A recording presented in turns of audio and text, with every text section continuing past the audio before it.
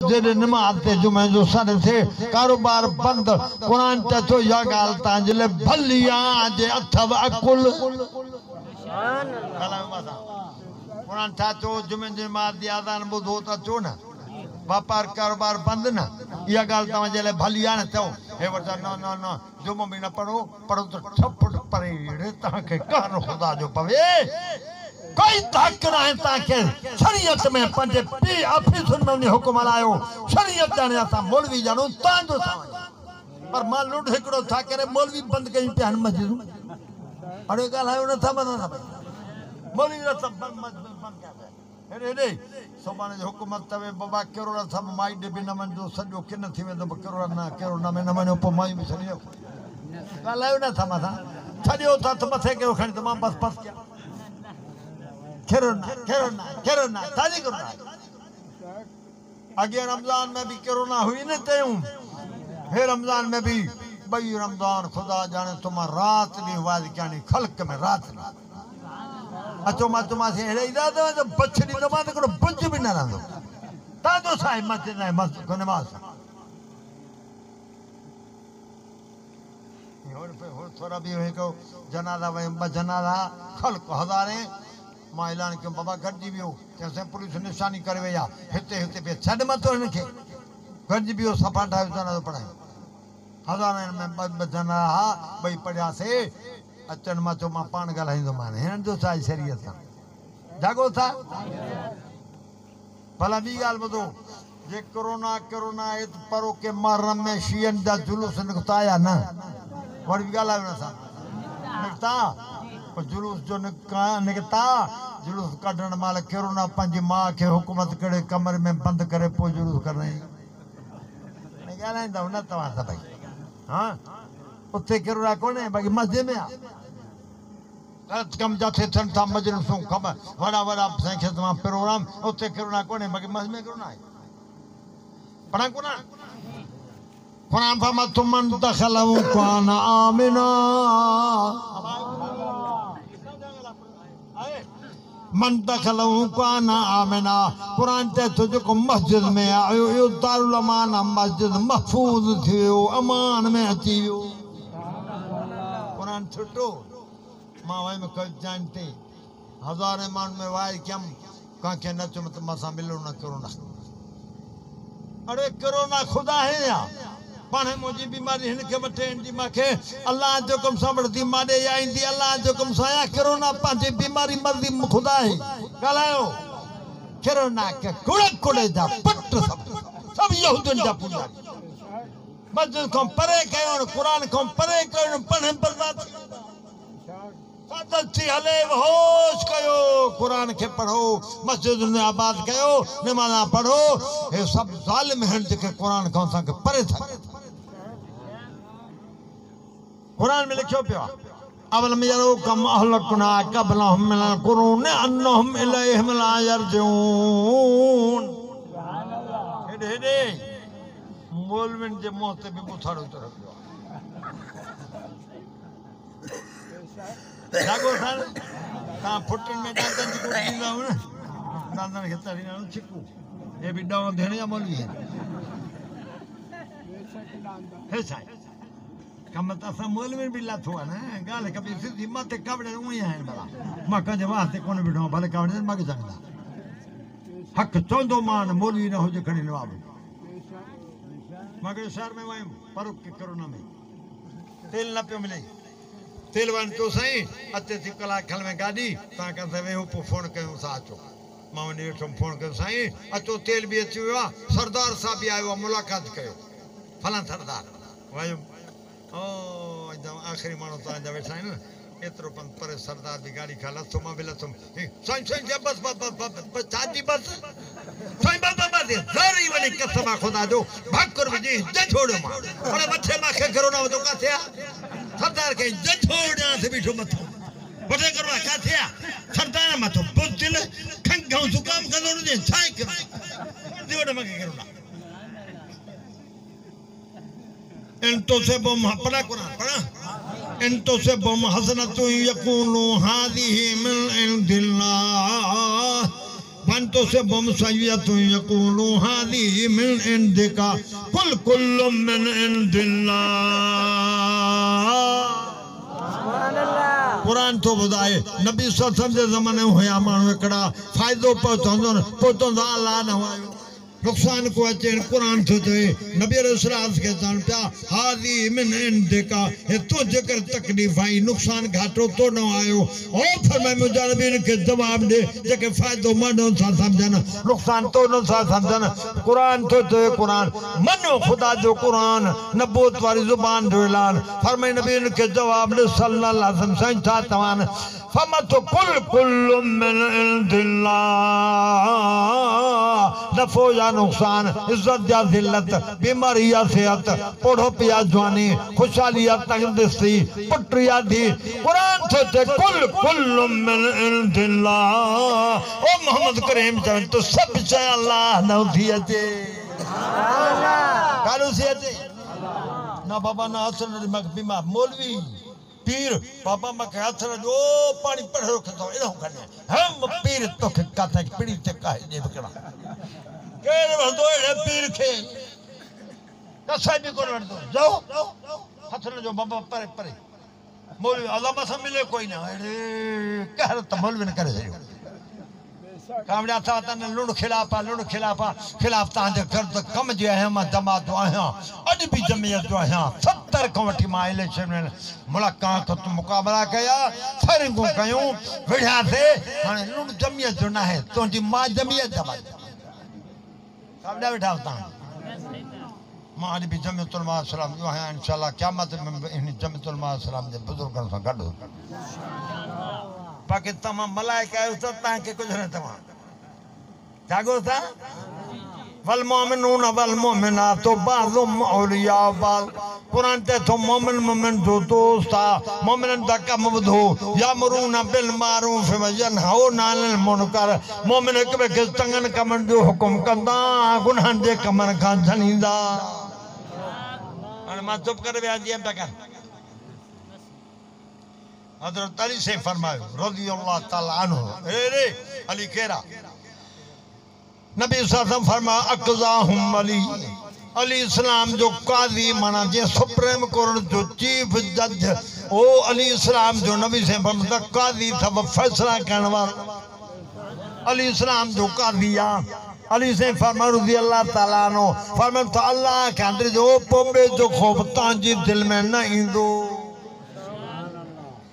था समझो तो मैं दुआ कह अब ऐसा भरला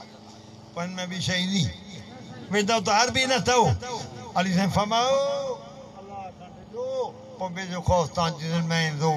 अल्लाह जो खौफ कोने केरो न खतो जे कब्र जे के वही कहीं बिठो आ गाला न था कावड़ा बैठा फोन कर दो साइंस मेहर जो तारके में जिले में इलाके में कम था कयूं बोझा वापारी आयूं आया थे बाबा ख्याल कजो तो पीर सब केर काथे आ चाहे एडो सामू सामू वया काथे आ बब्बुर जे मथो बिठान ते ओ यो पीर थी अरे अरे तो ते लंती बब्बुर पीर अरे जागो था गलहायो मत हां दिल हो जाई त मके घुरा न त पो न घुरा मा बब्बुर भी पीर ते माखे जो मां वढा तो लखन जो बब्बुर पैसा ओए न न ये न तो कड़े मत वणन पिया तन ए मुसलमान आ कुरान तो चए इन्नमा यामुरु मसाजिद अल्लाह मन आमन बिल्लाह वल यौमिल आखिर वक़ाम सलात व आता ज़कात वलम यख्शा इल्ला अल्लाह अल्लाह को सवाबे के दिजे अल्लाह जो खौफ इन फमया अय्युहल्लज़ीना आमनु तक़ुल्लाह ओ ईमान वारो जो पंज लाख मरो तो मुसलमान थी मरो असा में खुदा जो खौफ कोने दिल में खा लिया हुन जो खौफ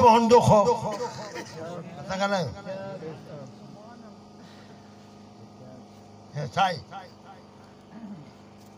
कावन न कदो बुधी वनो पुतान जी मर्जी फैसला थी क्या मतलब मां वयम कराती भाण जो बीमार हो डॉक्टर मा के चमल सा मसलो खत्म मा खणी वनो जागो था असा सब कोशिश कई खत्म थी वो मसलो सतम ऐसी वगैरह में होला थो से बस कड़वाने खने माने तुम बाहर मान तो इस खबर मिला था तो मैं डॉक्टर तो खणी वने बस मतलब खत्म आ ते काले वने मैं तो घर ते ना मैं तो करे ना ते शाह अब्दुल्ला गादी ते वना अब्दुल्ला शाह गादी अले बुधो था ले बेटा ये जो चिड़ियाघर में पिलाटरी दा मन टायर गया शाह अब्दुल्ला गादी ते वने मैं तो या अस्पताल का थे आ मुझे चलना है अच्छी डारी का थे आंदी थी बच्चों भला कावड़ जे तो दस जे फौती पीरा मतो पो अन्या मरने न तो पान मरी बयो मां वना तो मुझे के बता जागो था कुरान में होते घूमे गला था हां पान मरी बयो मां मानु वठे मुझे के बता फमत कुल मन दिल्ला ओ मुझा पारे खुदा जो कुरान नबो तारी जुबान बेली मन मुसलमान नबेन मबू जलान करें सब से अल्लाह नो थी ते तो समय अचो पढ़ो मेरी कुरान था तो ते कुल या अय्युहन्नास इन्नी रसूलुल्लाह इलैकुम जमीआ अल्लज़ी लहु मुल्कु समावाति वल अर्ज़ ला इलाहा इल्ला हुवा युहयी व युमीत कन्ने बुधो मत के बहु अन्य शरा धार करे बहु वने में खड़ो वने बान कने घोड़ा घोड़ा दुआ थका हो सही अल्लाह ये तो मजी सब्जी सुरो या तो खराब थी अब आ काले थोड़े बुजुर्ग ओ साईं बोडुआ हां बोडुआ बोडे से मेरे कोने अल्लाह रहमत कर समझो कुरान कुल या अय्युहन्नास रे कुरान में यो नबी पाक के फरमाते सल्लल्लाहु समझो नबी ऐलान कर कुल या अय्युहन्नास ओ इंसान ओ अरे नबी तो तवे कुरान तो ते नबी सल्लल्लाहु ओ इंसान ओ इन्नी रसूलुल्लाह इलैकुम जमीआ मां मोहम्मद तो सबनी जे रसूल थी आयो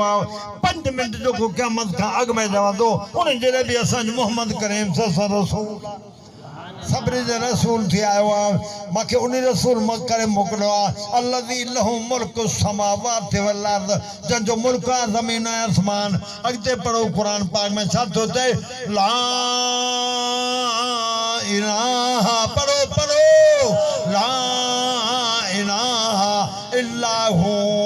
कोई ना है माबूद कोई ना है कारसाज कोई ना है हदत रवा कोई ना है मुश्किल कुशा कोई ना है सद्दे निदा पुकार दिलाक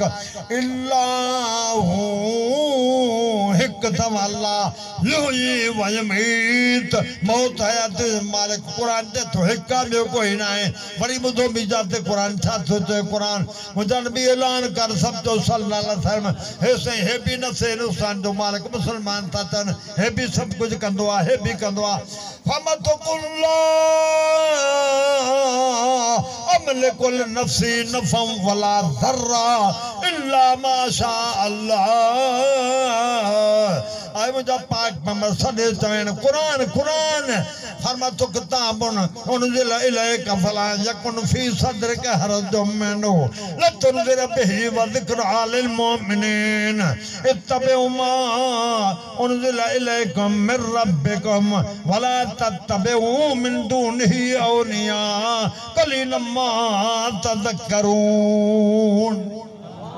एक किताब है कुरान मजीद मुझा नबी सल्लल्लाहु जो मंतो से नाज़िल कयो जेका गाल कुरान तवे तांजे सीने ते बार न थे मां दुख न कजो तो कुरान ही छो थो चए महसूस न कजो हे मोमिन जे कुरान नसीहत आला फमतो इत्तबिउ मा उनजिल इलैकुम मिर रब्बिकुम वला तत्तबिउ मिन दूनिही औलिया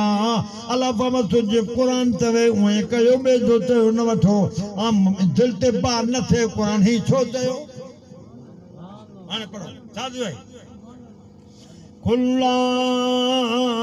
अमल कुल नफ्सी नफम वला ज़र्रा ओ मुजरबी चवेन मां मोहम्मद सल्लल्लाहु पति जान दे नफे नुकसान जो मालिक ना हां जे मुझो अल्लाह चाहे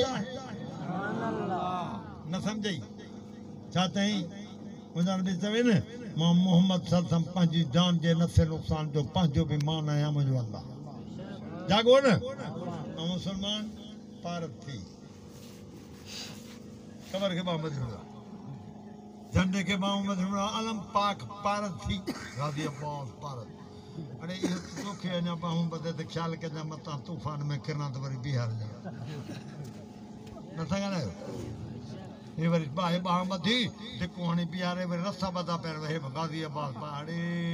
कडी रोडे खादे जो हां कुल ताला वसलमा हर्रम रब्बकुम अलैकुम अल्लाह तुशरिकू बिही शैया तो कुरान नबी पाक समझो लाल कुल ताला फरमाओ जर भी चवन अचो माडे सदे तो कुरान में फरमा तो नबी सम सदे तो मत के कुल ताला चवन अचो माडे अचलमा हर्रम रब्बकुम अलैकुम अचो तुम मोहम्मद ता के कुरान मा वे गालियों पढ़ी बताया के रब ता ते हराम कयो ना केड़ी गाल हराम अल्लाह तुशरिकू बिही शैया अल्लाह सा देखे शरीक न कजो रात में भी हिक पंज कमन में भी हिक चौथ भई रात में भी हिका कमन में भी हिका अन्या समझो गाल पढ़ो कुरान था तो कुरान हेरे से वमा तशाऊना इल्ला अन यशा अल्लाह अब गया माना मां समझा तो तक्का होता वमा तशाऊना सही कयो पंहिंजा अक़ीदा मज़हब कुरान वारो उच्चार कयो ग़लतियूं थींदियूं तव्हां खां पर मज़हब सही आहे त माफ़ी मिलंदी मज़हब सही कुरान वारो न आहे त माफ़ी न मिलंदी माफ़ी जो तुर के ॿुधाए थो कुरान वमा तशाऊना इल्ला अन यशा अल्लाह अलाफमतु नारी नूरी अर्शी फर्ची बर्री बहरी परहेने जके अरबी में जमो जो सिगो चबवा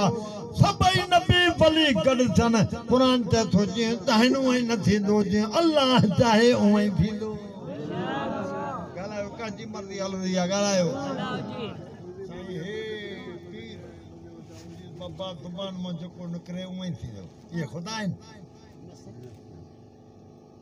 यो अल्लाह जो खासवा इन्नमा